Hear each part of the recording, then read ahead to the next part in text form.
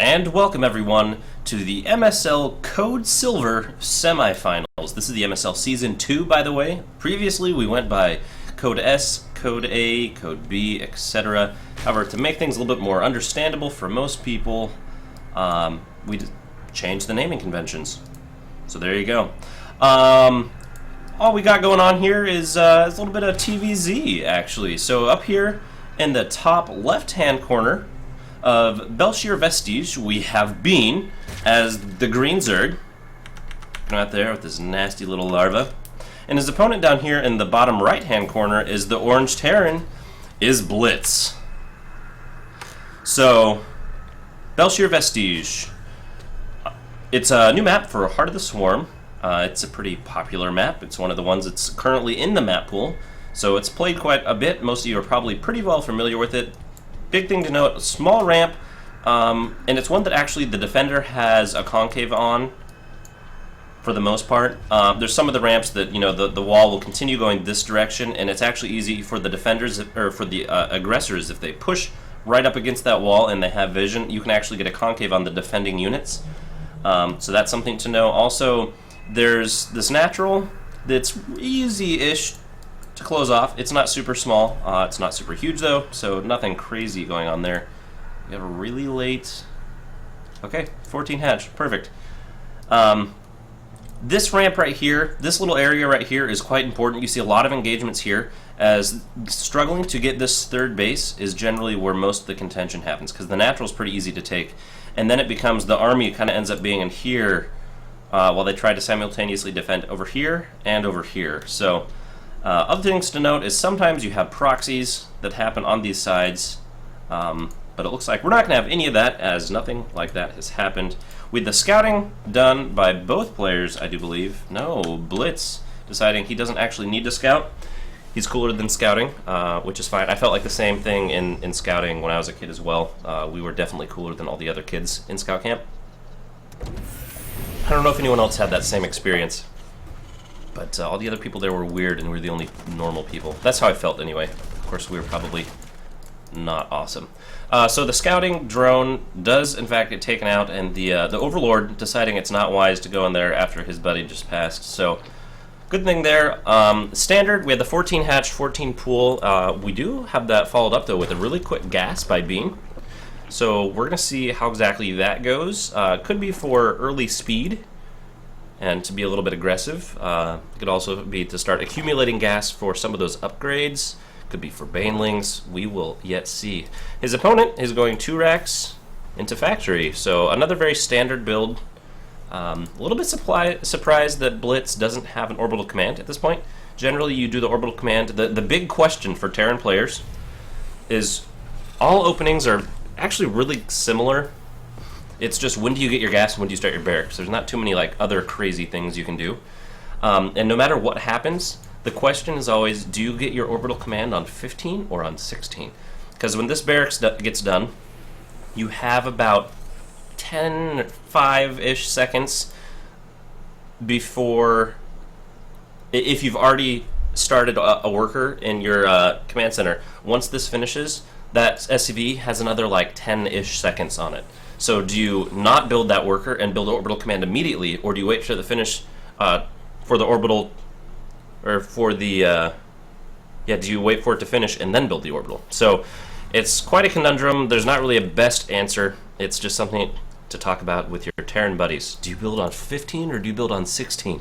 Do you stop SCV production and then build, or do you build it and then, you know, lots going on. We do have a reactor factory. This probably with all this gas, I'm going to expect to see some widow mines coming out of that. We do have STEM already being researched. There's a little bit of a supply block going on, which is quite disheartening.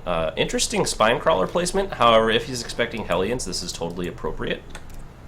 But generally, you'd see it more trying to restrict the movement in, or trying to make it so they don't get into the area in the first place. So a spine crawler here against particularly Hellions can do quite well, because it'll still be able to poke over.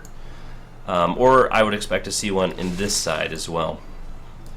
So we do have the Baneling Nest and the other gas geyser, so I think we're going to see a Baneling Maybe not a Baneling bust, but at least some Baneling aggression, and let's be honest, that's great news because everyone loves Baneling aggression. A whole bunch of Lings coming out, so it's going to be coming soon. We do still have a few more drones, however, 10 Lings and 4 drones. Wow, I eat my words. All that gas. Started up an armory faster. I did not see that. Apologize for that. And I just learned something. Apparently armories are not dependent on engineering bays. That's just always how I build them. So we have the lair on its way. We have no attempt at creep spread as of yet. Here we go.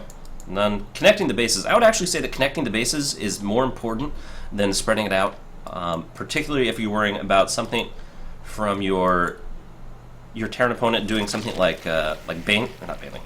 We call them Banshees. That starts with a B and it kills you, so it might as well be a Baneling. No, instead it's Banshees.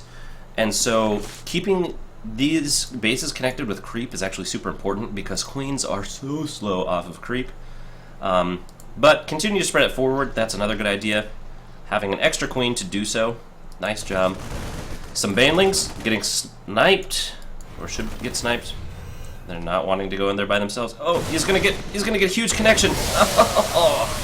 Okay, good idea going in there. You want to clean it out. You think it's the only thing there. Instead, you lost most of your bio. However, Hellbats are full of wind. So you did fine in the end. However, I feel like this aggression should end here pretty quickly, as there's not much to follow this up. We have not much bio. We have 4 Hellbats, and we should see a whole bunch of units coming out. Although all of them are Lings, this could actually go really bad for Bean. He's going to try to pick off the reinforcements instead of directly engaging those Hellbats, which is actually a really, really good idea. Trying to get all of those units there, and look, all of the Hellbats just making their way in. Roasting up all the Zerglings. My goodness, they do great against Zerglings. Look at that. 21 damage versus, light. So good. Burrow Micro. Nice. Like to see that. We do see an expansion coming out, so there is a follow-up attempt for Blitz. The supplies are now even, and there's no micro being done by... Oh, there's something being done somewhere. 77 APM. Where is it? Okay, we do see some stuff happening again.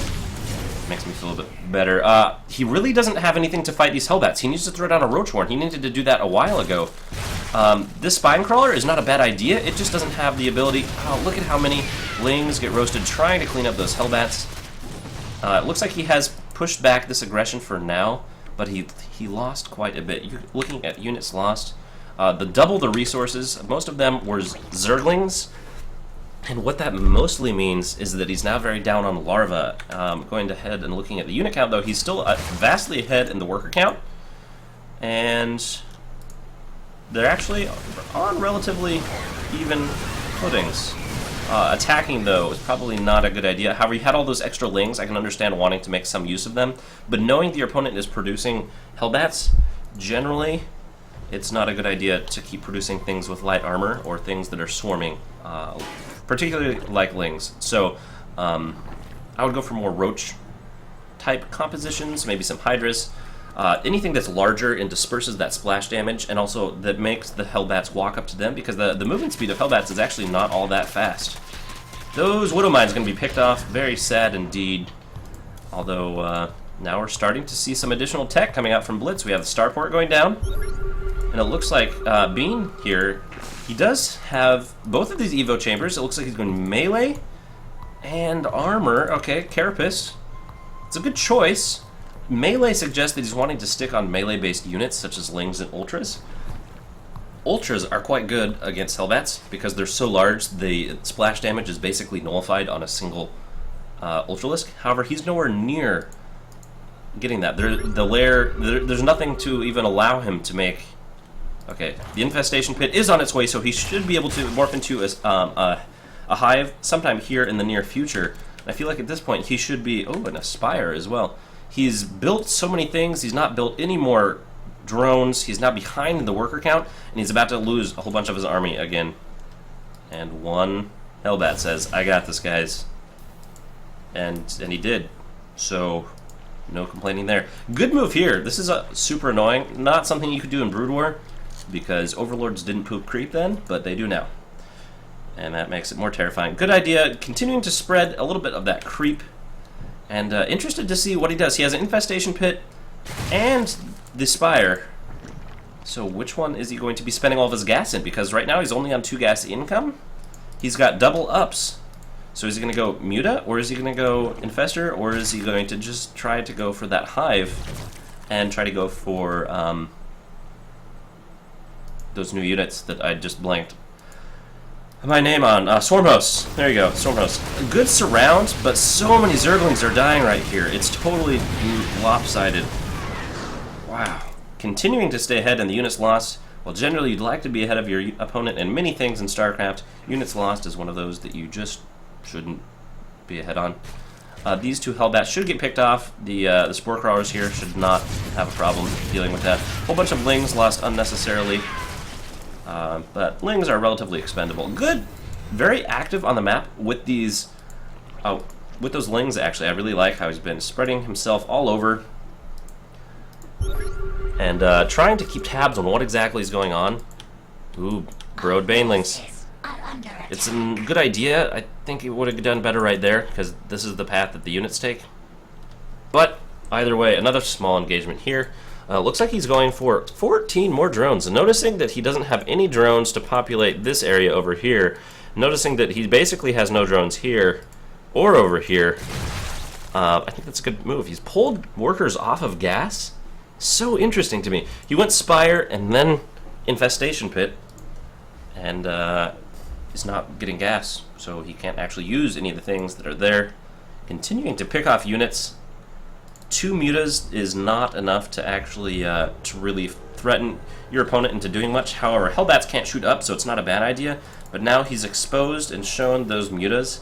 I would have liked to have seen those hidden for a little bit longer if you're going to be producing them so slowly, as it's not going to make a huge difference in your army size, particularly at the beginning. It's not like you have 24, Mutas in production that you just need to use to save your base.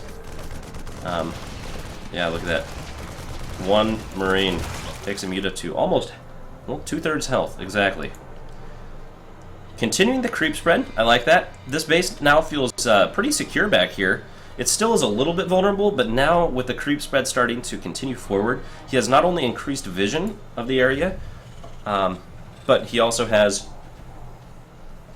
a speed advantage. So if he needs to set up a counter, like a flanking maneuver on units sitting here, they will get there much more quickly, which is a good thing. Oh, those Banelings just wanting to be so useful. We do see a Banshee coming out, so we are going into lots of starport production. Another command center. Bean is now starting to amass enough resources. He's starting to flood out Overlords, so he's going to get ready to start producing lots of something. A good tell for whenever your opponent, or whenever you're watching a Zerg game. And basically, Zerg players, they just want to make drones for seemingly forever, or at least that's how it feels, because you have to keep spending drones to build things like buildings. So it feels like all you're doing is making drones and drones and drones. And then what ends up happening is you need to build a giant flood of Overlords, so then you can build any actual units all at the same time. So 26 more Lings. Is he going to just go for Banelings? So many Lings against so many Hellbats might not be the greatest idea, although I guess there's only 8 of them at this point, and I don't see any additional production out of Blitz. Checking the income, they're actually pretty darn even, with Bean having a definite advantage in the worker count and gas income, as he is now starting to produce all of those important Mutas. Now, the thing that's important to notice about Mutas is that they're good, but they have really low DPS and they have really low life, and they take damage pretty quick because they don't have very much armor. However, they're very mobile, they're very easy to control, and they heal really quickly. So if you can be good and annoying with Mutas, you can actually cause quite a bit of grief to your opponent. So you just need to have a critical number. The critical number generally is somewhere around 20 Mutas. So 9 Mutas is starting to look a little bit more threatening, but it's not going to be able to have the DPS to really take down things like turrets. And wow, turrets. just right here, though. This area is super defended. And so is this area. We got these places locked down. Don't even worry about it. A whole bunch of Lings. Gonna get a good surround, but the Hellbats are actually in a really good position, and they're just gonna vaporize a lot of these Lings. I don't think that was worth the Ling investment, personally. Whew. However, power in numbers, check that out, actually starting to slightly equalize the units lost tab. That's amazing. Forcing the liftoff, keeping his opponent on 2 bases, that's a good idea, always. Looks like we're starting to see a little bit, wow, lots of static defenses. None in the back. I'm really curious to see what Blitz is going to do with those Banshees. I saw them producing for quite some time, and there's absolutely nothing. Well, there's those Mutas over here. Lings can't shoot up, but Mutas definitely can. And then we have a Hellbat drop, and wow, this could actually go really poorly for either player, actually, depending on who does what. So this big attack will get scouted. Now Mutas are on top of it. And now, so the Banshees are going to be able to do tons of DPS to everything on the ground. The Hellbats are going to do tons of damage to the economy. However, the Mutas should be showing up sometime soon. Where are the Mutas? Where are the Mutas? There they are. The Cloaked Banshees should be able to keep doing tons of damage for the time being until they run out of energy. However, everything else will be cleaned up very quickly with the splash damage from the Mutas. And in the meantime, Bean's not producing any Spore Crawlers. He is producing an Overseer, though. Okay, so that's good. Blitz needs to get a ton of damage done. I would actually, yeah, focus down this hatchery. He should be able to get it down with the incredible DPS the Banshees have. And now they should basically be dead as soon as they get able to get shot with that number of Mutas. Remember, I said right around 20 Mutas is when they start feeling ridiculously powerful. And he has that number, and they are ridiculously powerful. We have a Ling run by. There is nothing here to defend against ground-based stuff, and with the entire army out and about. And there was seemingly no macro behind this, meaning all of these buildings are idle for the most part. Now they're starting to build as he's remembering that he has no units, and that's a bad thing. So I think at this point it's actually going to be pretty straightforward, especially once the Mutas get here. The Planetary Fortress will not get done. The Banshees will get a lot of kills of Lings, but it's not going to end up mattering in the end because all of the Mutas, the murder of Mutas, have made their way in. And there we have it. The well played, no GG, but well played infers and implies GG. So we are going to see Bean going up in 1-0 in this best of 5. So congratulations, and stay tuned. We'll be back with game number 2 in just